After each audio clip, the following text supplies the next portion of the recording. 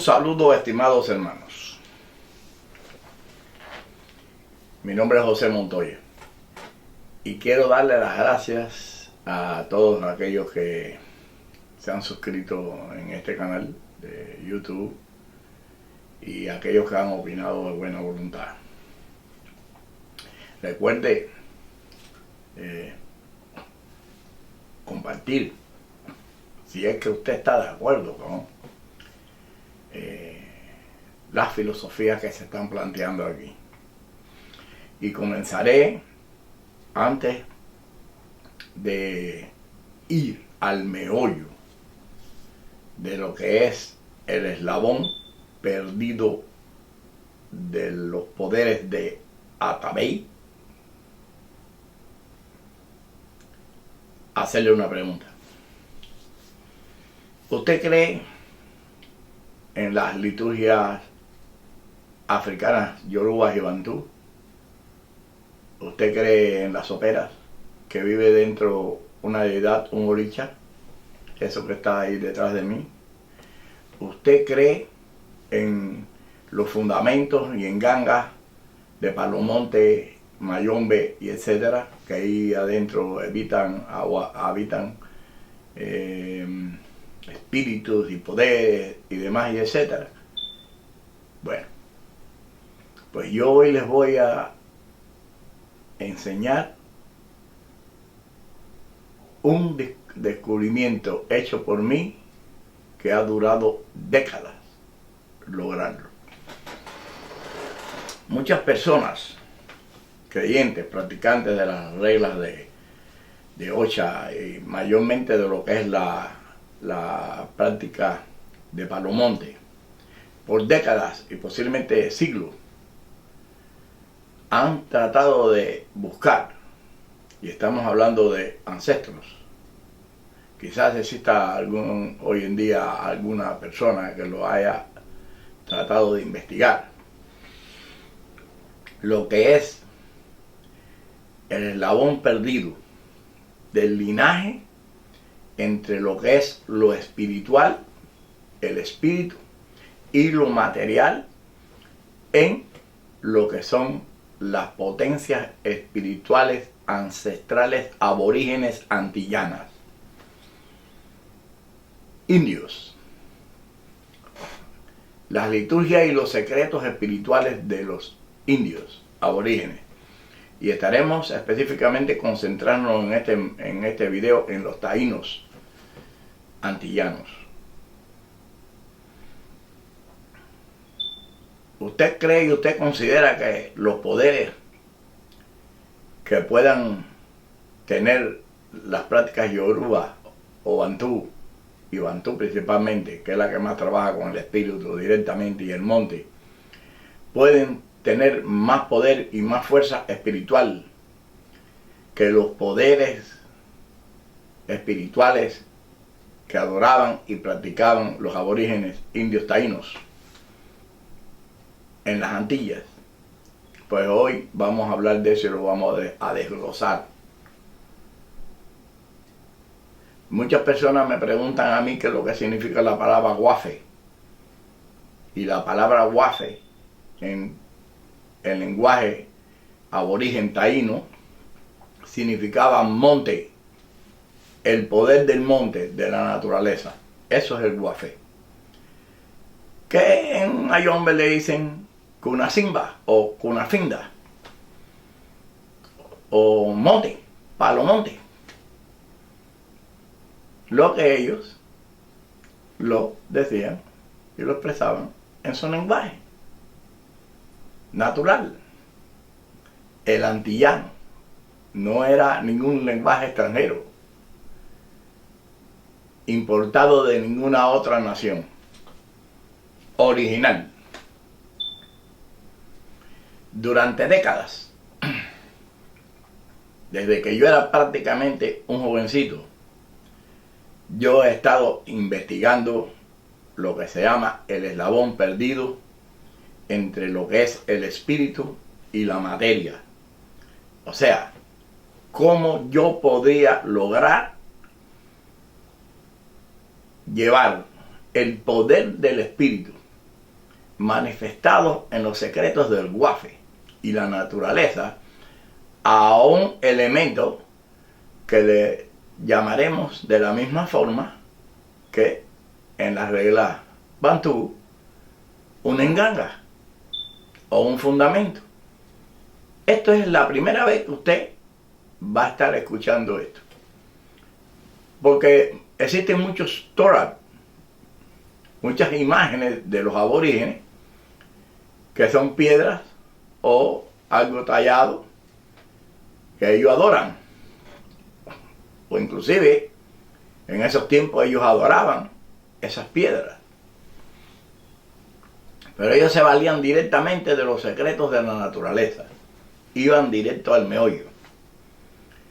Pero como yo tengo plenos conocimientos totales y 100% de la liturgia de las Yorubas Bantú, de las religiones Yorubas y Bantú, y vamos a concentrarnos a la Bantú, Palo Monte, yo, basado en ciertas circunstancias y momentos que sucedieron algunas cosas y unos mensajes que fui recibiendo de un espíritu en específico,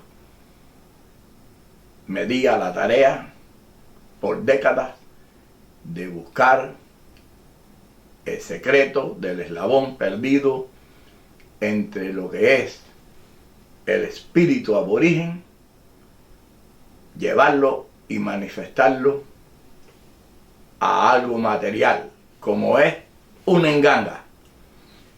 No, los congos no lograron descubrir cómo llevar el poder del monte a una enganga, el poder de los espíritus, los secretos del espíritu a una enganga. Bueno, pues eso yo lo he logrado con nuestros aborígenes. El secreto y el poder espiritual de ellos, llevarlo a un fundamento. Y de ese fundamento desprender otros fundamentos que son vitales para poder practicar lo que podemos llamarles ya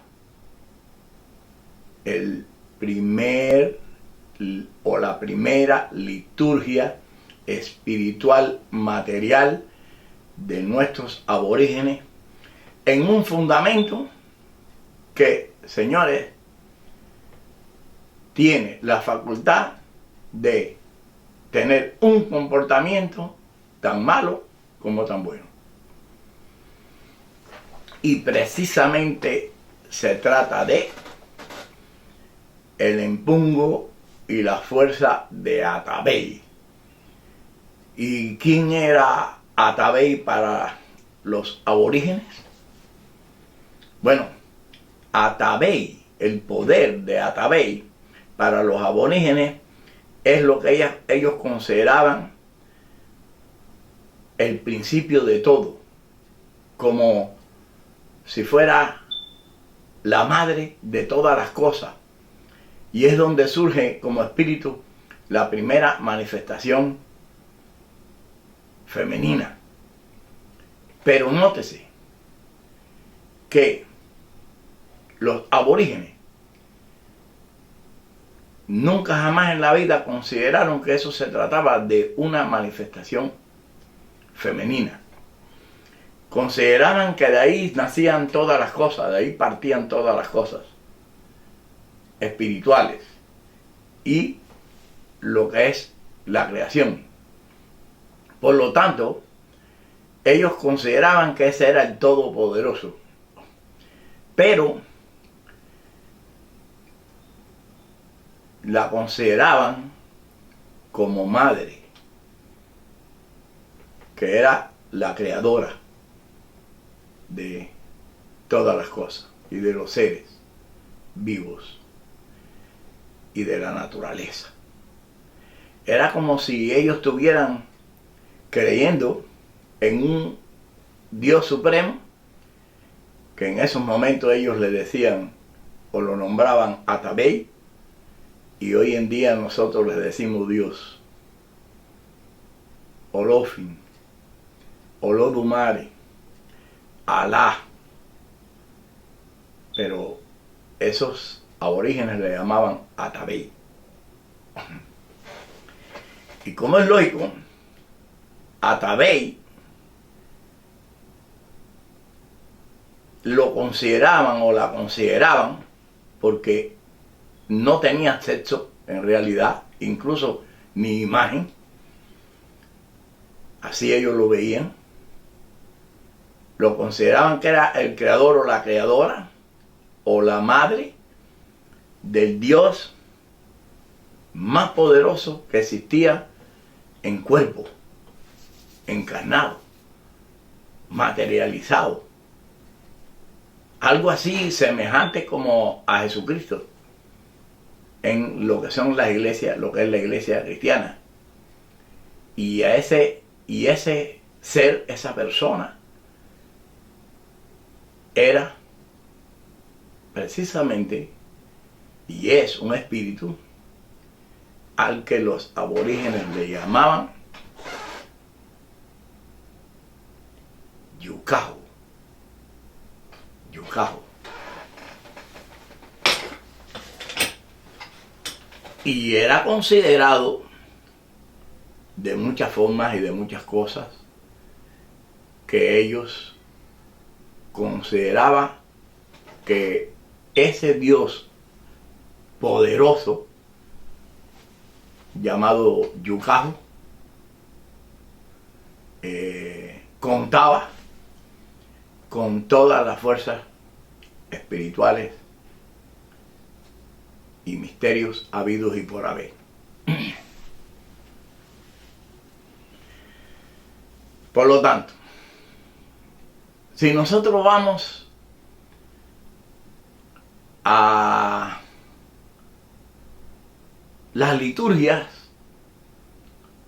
de Ifá, por citar un ejemplo, los babalaos dicen, y ellos creen, y aquellos que creen en los babalaos, de que ellos son los únicos que pueden tener la potestad de recibir una deidad que le llaman Olofin. Y Olofin es Dios. Bueno, ¿ustedes creen eso? Bueno, pues vamos entonces al poder de Atabey, que es precisamente una manifestación semejante. Pero era la liturgia y el descubrimiento de nuestros ancestros aborígenes. Nada que ver con los yorubas ni los bantus. Pero es el mismo concepto.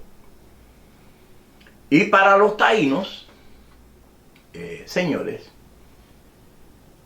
el dios Yucahu era su deidad suprema, avalada por su madre o su padre, que es o era para los taínos hijo de esa potencia, de esa fuerza a la que le llamamos Dios, Olodumare, Olofin o Alá.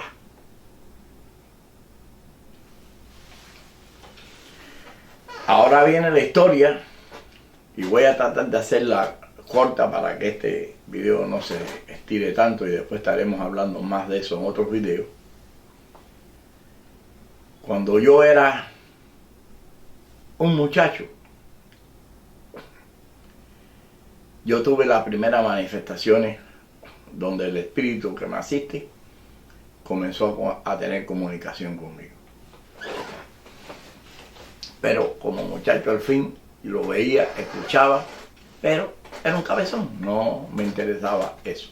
Además, como yo le dije a mi padre lo que yo había visto y había escuchado y mi padre me reprendió, porque él no era creyente. Fíjese que el yo estar iniciado en esta religión viene de otra parte, materna. Por ahí fue por donde vino la cosa, y no por la paterna.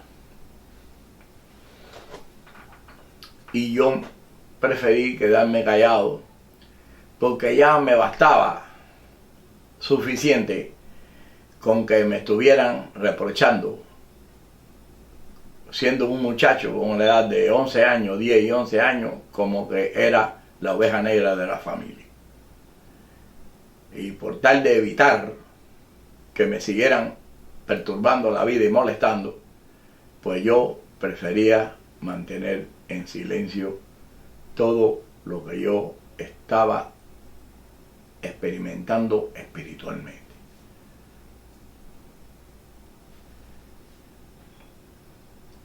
En los récords de las autoridades correspondientes a la ciudad de Holguín, en Cuba, la parte oriental, debe de estar ahí asentado la historia en el año 1967 y año 1968 de los niños cafetaleros llamados los niños de la sierra.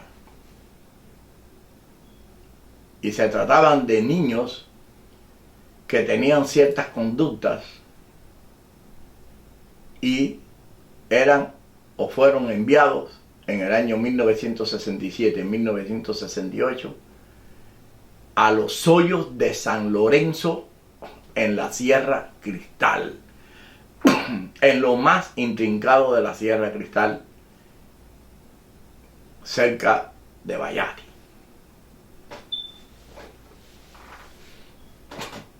Allí a mí me llevaron,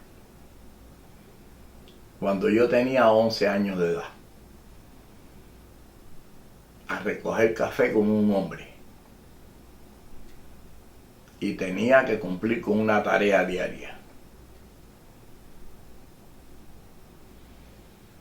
Como yo no era fácil, preparé un plan de escape, sin conocer incluso ni dónde yo me encontraba.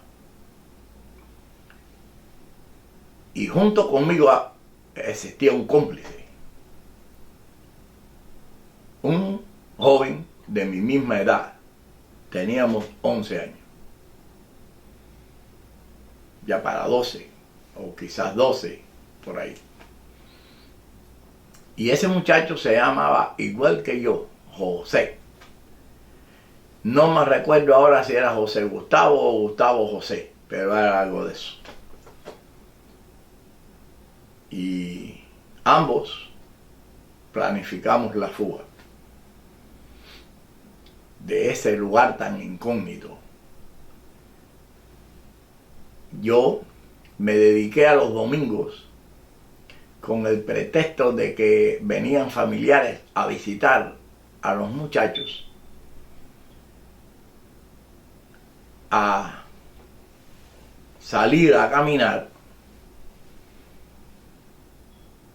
para buscar orientación y algún camino que me llevara al camino principal que llevaba a la ciudad de Vallati.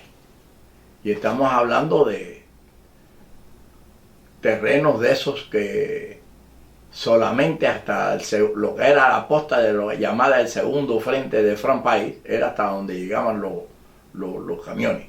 De ahí para adelante era a pie o con arres de mula. Y nosotros estábamos bien para adentro en lo que le llamaban los hoyos de San Lorenzo.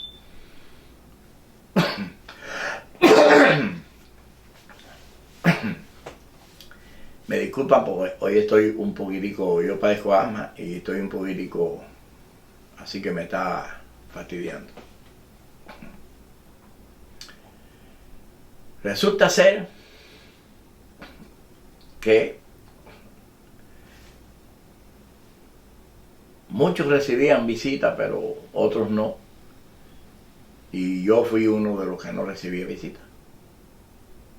Ni ese muchacho. Y comenzamos a introducirnos dentro de aquellas lomas y montañas y metiéndonos y tratando de dirigiendo y haciendo marcas y cosas, siendo muchachitos de 11 años, hasta que logramos detectar el camino ese embarazoso, horrible, que nada más las mulas llegaban que iba hasta el pueblo de Vallate. Y ya planificamos la fuga. Se trataba de a la hora del almuerzo, que nos daban un receso de 1 hora, creo, o algo de eso, y todo el mundo se replegaba. Ahí era el momento de la partida. Yo, muchacho, al fin tenía una maleta que era de madera, que en Cuba muchas personas tenían esas maletas de madera. Y cuando salimos y partimos, José y yo llevaba mi maleta de madera con mis cosas, porque esa maleta era propiedad de mi padre y yo no quería dejar esa maleta abandonada.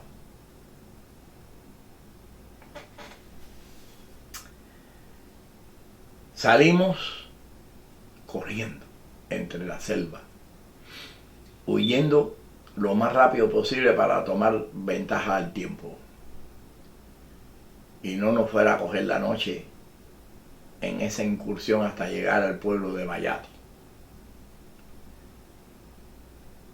Pero tal fue el corretaje y íbamos tan asustados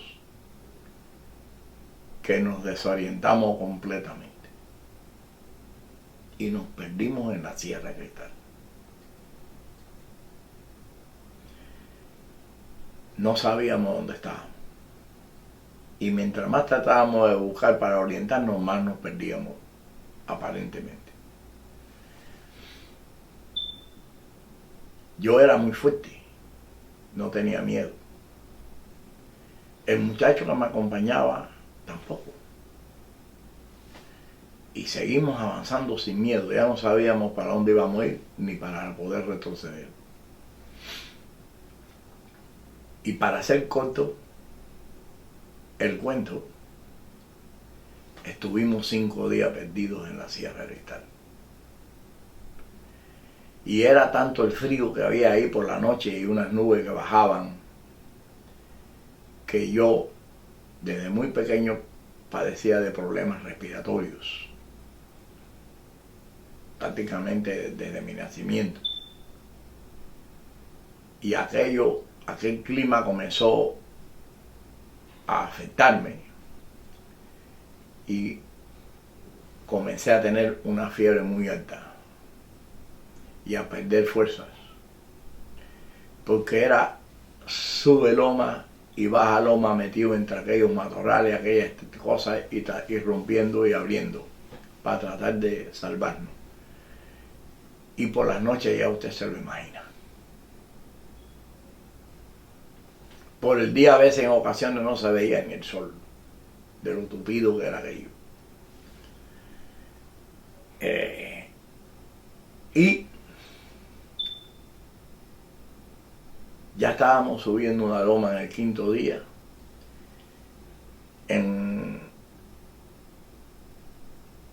Yo seguía arrastrando mi maleta, con todo y el estado que estaba, pero perdí la fuerza y solté la maleta y la maleta fue loma abajo, porque era bastante inclinada. Y ahí caí, ya casi cerca, serían 20 pies de llegar a la cima. Y ya estábamos agotados. Y yo ya no podía. Me sentía muy mal. Y yo escuchaba al muchacho al lado mío llorando. Y yo le decía que no llorara, que subiera y que él siguiera. Pero él no lo hacía.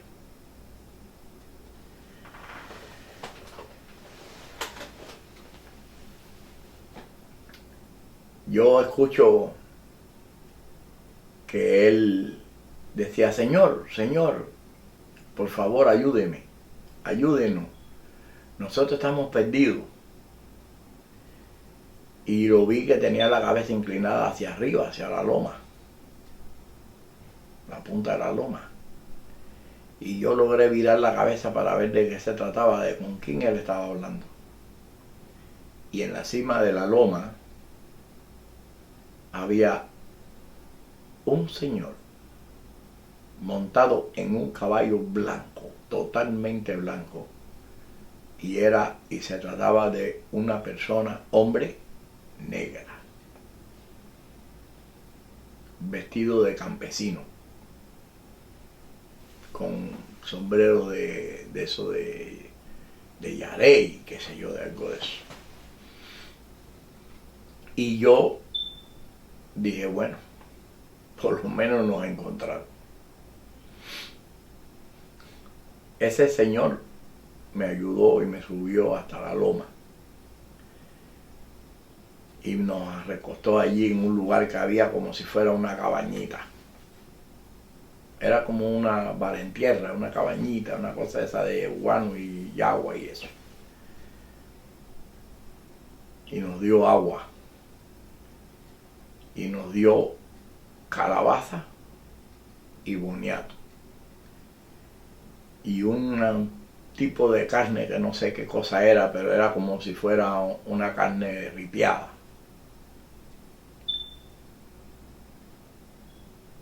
Y me dio a tomar un líquido que no sé qué cosa era. Y me dijo, te vas a sentir bien. Y va a ser rápido. Y cuando te sientas bien en un rato, tú me vas a seguir, ustedes me van a seguir. Y yo los voy a llevar hasta un punto, allí. Y señaló un caminito que estaría a 60 pies, pero era otro pedazo de loma inclinada. Y a partir de ahí ustedes seguirán solos. Allá abajo ustedes verán ahí en la empinación, verán el pueblo de Vallate. Y ustedes a partir de ahí seguirán solos. Y así fue. A la hora y pico, 2 horas, yo me sentía mejor y me fui. Nos fuimos. Él nos llevó hasta ahí. Ahí se paró. Miramos para atrás y ya no estaba. Y seguimos por la loma para abajo. Hasta que llegamos al pueblo de Vallate. Pero yo, como que era el más pensante, le dije que teníamos que escondernos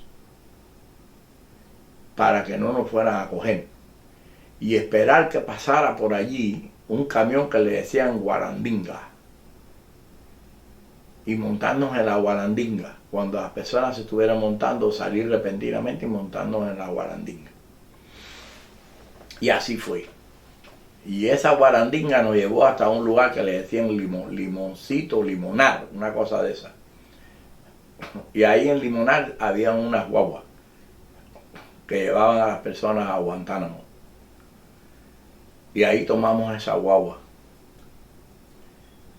Y en Guantánamo tomamos una guagua hasta Santiago de Cuba. Y allí en Santiago de Cuba, estando en la terminal de ómnibus de Santiago de Cuba, que es la única vez que he estado yo en esa ciudad, era como si fuera enfrente de un parque o algo de eso, no me acuerdo muy bien qué es lo que había enfrente, pero creo que era un parque o algo de eso. Me encontré con un señor que era un pariente de familias mías de la ciudad de Holguín, que se llamaba Mario, o se llama Mario. Y cuando él me ve, me dice, ¿qué tú haces aquí? Pero te ves muy mal. Digo, no, estoy bien, voy por Holguín. Y él ni se imaginaba qué pasaba. Y entonces él dijo, yo salgo en la próxima guagua que va para Holguín. ¿Cuándo ustedes salen? Le digo, en la de tal hora. Era una hora diferente. Y dijo, cuando llegue a Holguín yo les aviso a tu familia de que tú estás en la terminal aquí, que vas para allá. Y cuando llegué a Holguín, ya me estaban esperando en la terminal. Creo que era una terminal que le llamaban Molinera o algo de eso. La Molinera o algo. Y yo les digo porque yo nací en la ciudad de Holguín, pero muy pequeñito me llevaron a La Habana. Y ahí cuando me pasó eso en el año 67, yo estaba en esa ciudad por un tiempo pequeño, 2, 3, 4, 5 meses que iba a estar ahí. Por decisión de mis padres, después iba a retornar a La Habana. Y eso es otra historia. Cuando llegué allí, que ya me estaban esperando, pues estaban en tan malas condiciones que me llevaron al hospital. Un hospital Lenin, o algo de eso por ahí. Y ahí estuve ingresado bastante tiempo con neumonía doble. Y el muchacho que me acompañaba, ahí también se separó de mí. Y como ya las autoridades habían avisado lo que había pasado con nosotros, aparentemente mi familia le avisó a los familiares de ellos de que habíamos aparecido y que ya veníamos en camino o lo que sea. Y ellos estaban allí también. Yo jamás en la vida volví a ver a ese muchacho. Incluso ya no me acuerdo ni cómo es su imagen. ¿Qué tiene que ver con esto y con todo lo que estamos analizando espiritualmente? Pues note lo siguiente.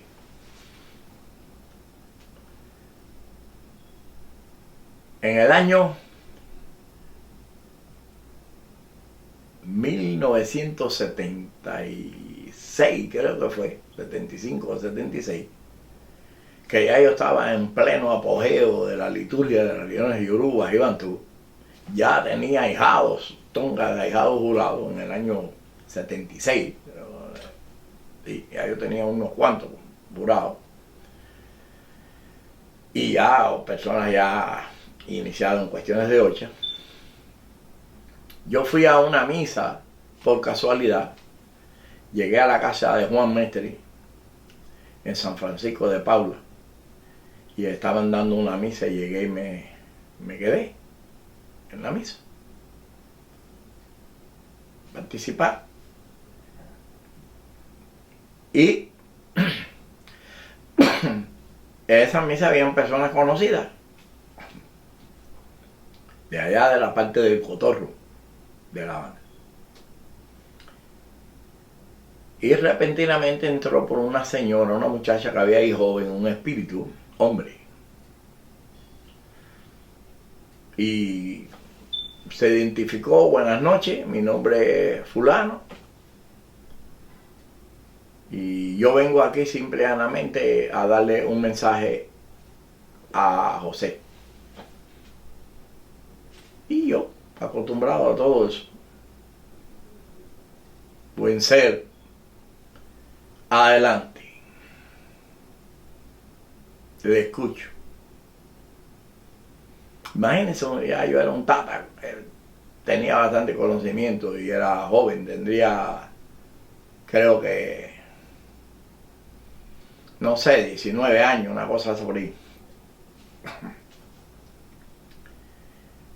Y dijo: mi nombre es fulano de tal y yo quiero que tú hagas un viaje y vayas a buscar algo que yo quiero que tú veas, para que a partir de ahí comiences a creer en mí. Bueno, pues sí, dígame, buen ser. Dice: vas a viajar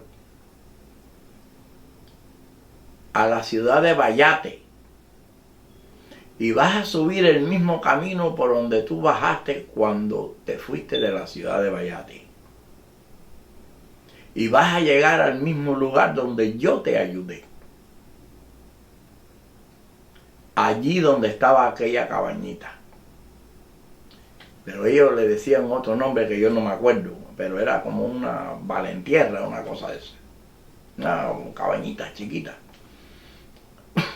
Y allí vas a encontrar algo o vas a conocer algo que es lo que te va a dar a ti la confirmación más allá, así mismo, hablándome en un español perfecto, más allá de lo que te estoy acabando de confirmar, revelándote el lugar, el sitio y el momento, confirme mi existencia. Yo, señores, yo era un poco escéptico con todo lo que era un gangolero horrible, pero me quedé completamente pasmado. Y las personas que estaban presentes ahí me dijeron, ¿conoces de algo de eso, José? De lo que te está hablando el buen ser. Y yo, sí, algo. Porque no quería estarme poniendo ahora a estar dando explicaciones y además no quería ir más allá de lo que él había dicho, ese espíritu. Increíble. Y después yo viajé allá. Y fui al mismo lugar. Un pariente mío en la ciudad de Holguín, un pariente mío no, un pariente de mi mamá, lejano, no sé qué por allá, tienen una buena posición, incluso estando la situación existente de hoy en día en Cuba, porque esto fue en el año 77, qué sé yo, cuando 77, cuando fui, fue después de eso, un año siguiente de eso. Me llevó en un carro que tenía y me llevó hasta allá, pero hasta Vallate. Ahí él me dijo, yo te espero aquí. Y yo subí a aquella loma y fui hasta allá arriba.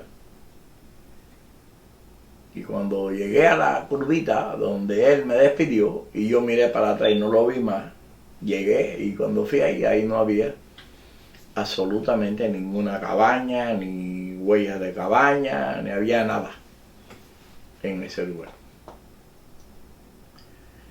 Me quedaba solamente lo que era el testimonio de que aquel espíritu había dicho la verdad en aquella misa.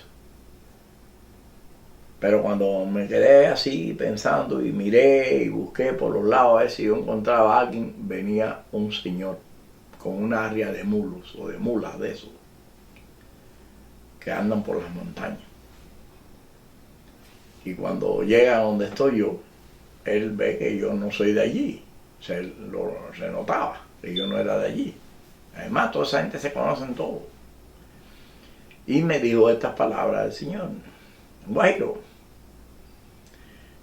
buenas tardes, compañero. Está perdido. ¿Quiere que lo ayude en algo?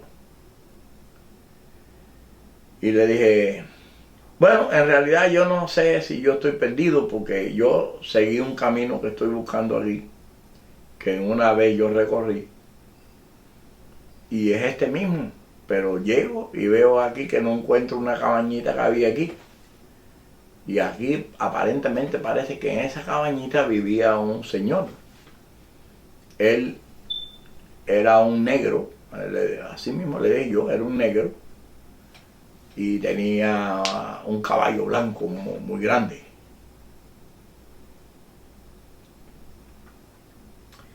Me dijo, mijo,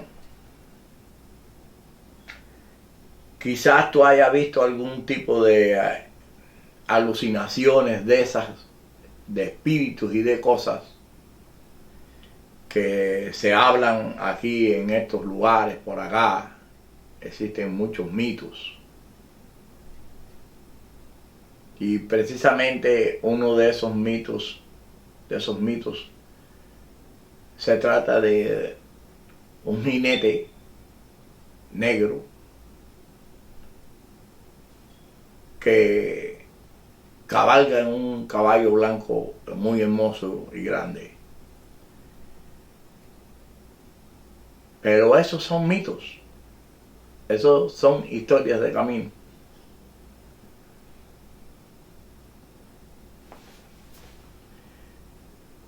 Pero es que a mí me dijeron de que aquí había una cabaña y que aquí había una persona que me podía dar unas cosas que yo necesitaba para unos remedios que son con plantas, y que esa persona sabía de eso, y por eso yo viajé de La Habana hasta aquí. Le dije, Señor, y dice él, bueno, a mover no han encontrado nada, solamente lo único que yo te estoy diciendo. Pero sí decían y dicen que aquí en este lugar era donde estaba su casa, su cabaña. Pero eso nunca nadie la vio. Nunca nadie ha visto esa cabaña. Ni los ancestros viejos nuestros, ni nuestros padres, ni nuestros abuelos. Nunca nadie ha dicho que vio esa cabaña. Sin embargo, sí viene un mito, una historia muy antigua de que sí había aquí una cabaña y que aquí vivía un jinete, cuando incluso no existía ni este camino, este trillo, este lugar para subir. Gracias. No le voy a seguir hablando más porque la historia se va a extender. Y salí de allí y le dije a ese señor que me acompañó, que yo no me acuerdo ni el nombre de él tampoco. Vamos, dice, ¿ya viste al señor ese que tú querías ver? Y le dije, no lo pude ver, dicen que se mudó hoy. No quería ser víctima de burla, porque yo era un poco complejista. Y nada más que le dije eso. Porque yo le dije a él que yo lo que necesitaba era buscar unos remedios y unas cosas a ese señor que él vivía. Él me recogió a mí en Holguín, pero yo creo que él vivía en una ciudad que le decían San Germán o algo de eso, y entonces yo por medio de otra persona fue la que habló con él y esa cosa. Y él fue el que me llevó allá. Vi además, como yo le di un billetico, pues no era un favor en realidad, estaba pagando el viajecito. Y entonces, señores, ¿qué tiene que ver esto? Bueno, en una comunicación que yo tengo hace años con un espíritu indio, que ese espíritu indio no quiere que revele su nombre. Es un nombre que no es compuesto, pero se puede pronunciar como compuesto. Ese espíritu indio fue el que comenzó a darme revelaciones de qué es lo que yo tenía que buscar para poder encontrar lo que era el eslabón perdido entre lo que es el linaje, entre los poderes de los espíritus de nuestros ancestros indios, antillanos, y llevarlo a algo material convertido en algo semejante o igual, idéntico a lo que es el mismo concepto de una enganga, con su figura, como mismo me mandaron a buscarla, y con todos los secretos que me fueron enseñando durante décadas. Y yo fui recopilando y buscando poco a poco en diferentes viajes que di a Cuba y que fui buscando en zonas de aquí, de lo que son los Estados Unidos, y allegados míos que me fueron trayendo cosas que yo les fui pidiendo durante años, y buscando el secreto y tratando de ligarlo y combinarlo y todo hasta que lograra llegar a concretar lo que era la figura o el empungo, por llamarle así, la fuerza del poder combinada entre lo que era el espíritu de nuestros aborígenes antillanos con los secretos de la naturaleza, sus dioses, sus deidades, el poder del monte, de las aguas, y llevarlo a este objeto. Y de ahí parten otros objetos que son como subgangas, que cumplen otras misiones y otros objetivos. Pero de esta que yo les estoy enseñando y les he enseñado, y es la creación y única que existe en el mundo, es de donde se desprenden, señores, las diferentes fuerzas espirituales, los diferentes empungos en diferentes tipos de amasijos o engangas, por llamarla así, para que más o menos tengan un entendimiento, aunque no sean semejantes, no sean parecidas a las de las reglas congas y bantú, pero son semejantes a algunos amasijos. Pero si usted ve en esta deidad, que es la única que existe en este mundo, señores, ustedes pueden ver que desde abajo parte con una semejanza parecido a lo que son los hechos o los eleguaces, pero no tiene que ver precisamente con ningún tipo de secreto que tenga que ver ni con los hechos ni con los eleguaces, porque eso que ustedes están viendo ahí tiene varias capas de secretos, desde el fondo hasta donde comienza la piedra mayor. Y si ustedes ven que en los lados, en los costados, tienen como unos huecos donde hay dos piedras colocadas, hay uno igual en la parte de atrás, y aquí es donde se utilizan ciertos secretos y empoles que se tienen que quemar tanto en un lugar como el otro, cuando se va a definir que esa deidad va a trabajar para el bien o va a trabajar para el mal. Y la de atrás es la que define lo que se llama el desprendimiento del paritorio, por decirle así, de los poderes de otras deidades, incluyendo lo que se llama el poder del yucahu, que es otro tipo de imagen y de empungo que, claro está, yo también estoy dándole sus últimas terminaciones. Pero esto no nació de ayer. Esto llevo yo desde muy joven siguiéndolo, investigándolo y buscando todos esos secretos. Y me he concentrado tanto y tanto en eso, señores, que también he logrado conocer la forma y la manera de combinar estos secretos de nuestros aborígenes y llevarlo a un segundo linaje donde yo los puedo y tengo la capacidad de cruzarlos con lo que son las liturgias africanas, bantú y la de los aborígenes. Y ahí es donde nace un tercer impungo, convierte a esa enganga en un poder extraordinario.